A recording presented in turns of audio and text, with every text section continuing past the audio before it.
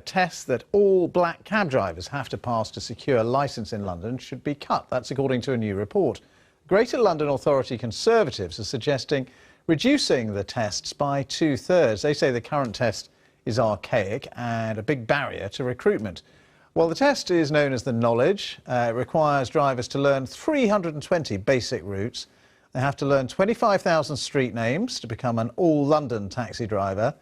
And they also have to learn about 20,000 landmarks within a 6-mile radius of Charing Cross in central London. Well, the test takes an average of 2 to 4 years to pass. I've been speaking to the man who's written the report, the Conservative member of the Greater London Assembly for Merton and Wandsworth, Richard Tracy, and asked him why he thought the knowledge should be reduced.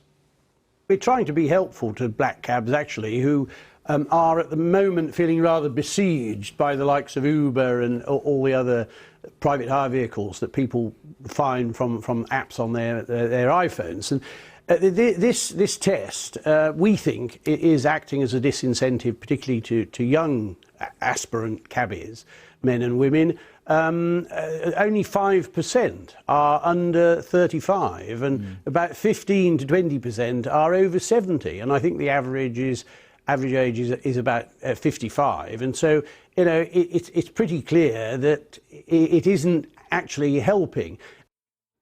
Well, that was just a little of what he had to say. Let's ask Steve McNamara, because he is here in his role as General Secretary for the Licensed Taxi Drivers Association. Hello, Steve. I guess you try to summarise what you feel most black cab drivers in London feel about this. Is that fair? I know it's an awful lot of them, but the reality is I'm rather surprised that anybody, let alone the Tory representative from the GLA, would be looking at lowering any standards. One of the problems in London at the moment is the low standards that the minicab industry have. The level of accidents is on the increase, the congestion that's resulting of the sheer number of minicabs in London, and he's suggesting lowering our standards. Now Ben did talk to him at some length, and one of his key elements for him saying we think the knowledge test should be shorter, a bit easier, is that there aren't enough new entrants coming in to train as black cab drivers because they feel it is. We know it's a massive job to do it. It takes many, many years to be successful. And he says there's just not enough people under the age of 30 who are coming in and want to be black cab drivers because... Well, firstly, I don't know where he got his statistics from, and I would have thought the first people to speak to when you're talking about the taxi trade would be the taxi trade itself, or even representatives from CFL who deal with the knowledge. And he hasn't spoken to anyone.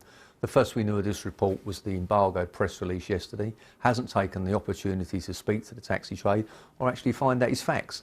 The reality are that the number of people undertaking the knowledge is pretty static to what it's always been. It tends to go up, people signing on the knowledge in times of economic downturns, and it drops a bit when the economy picks up. This morning, 32 people passed out. They have a passing out parade once a week. Last week it was 25. I think next week it's 20. These figures are pretty consistent. Our numbers are actually up slightly, the taxi drivers in London. He's got all his figures wrong. His proposals to lower the standard of the gold standard of taxi trade anywhere in the world we're known as the best taxi industry in the world. I mean, these suggestions of his are farcical. It'd be dangerous for London.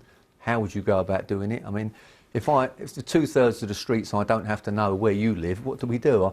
I can take you home, but I can't take you home. It's farcical. Well, I think he would say it's driven by technology, because he did describe what you do as the gold standard around the world, but technology is changing.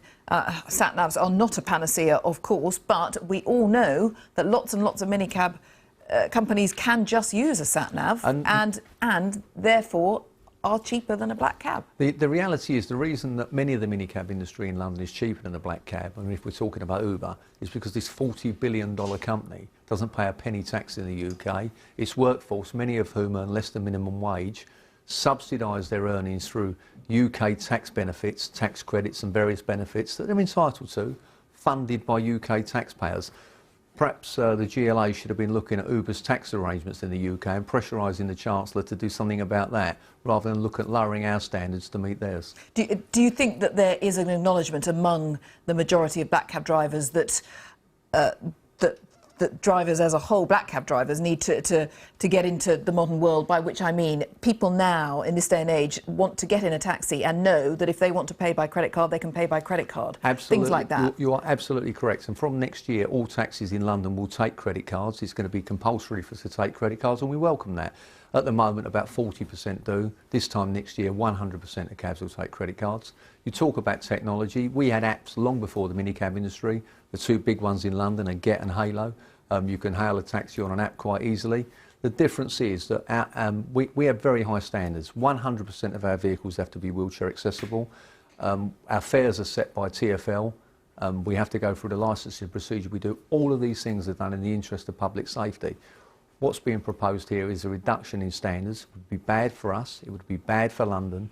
It's an absolute joke that he's suggesting something like this without even speaking to us. Could you, I mean, do you go to TfL and say, look, you are setting our fares, and this now, for whatever reason, and a lot of it is technology driven, is making us uncompetitive? Can they do something on that? Is that a bone of contention? Right, it is a bone of contention with ours, but the reality is that the reason that not all of the minicab industry, the reason that some of the minicab industry is currently cheaper than us and cheaper than the rest of the minicab industry is because, as I just explained to you, their tax arrangement, they don't pay tax in the UK, their drivers are being subsidised by UK tax benefits.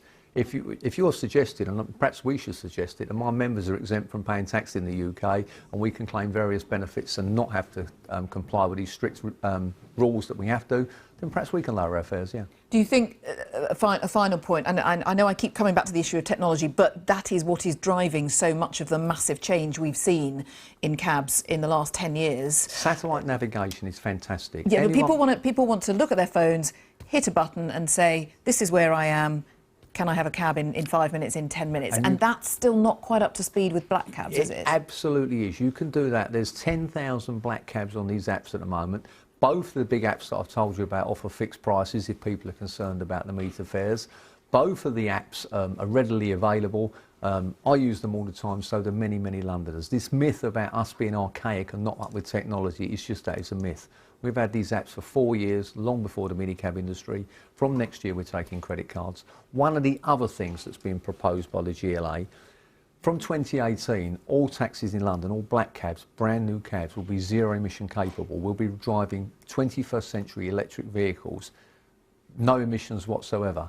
The Tories on the GLA are suggesting we should put that back to 2020. Why should we do that? We're keen to be cleaning up London's air. We sit in it.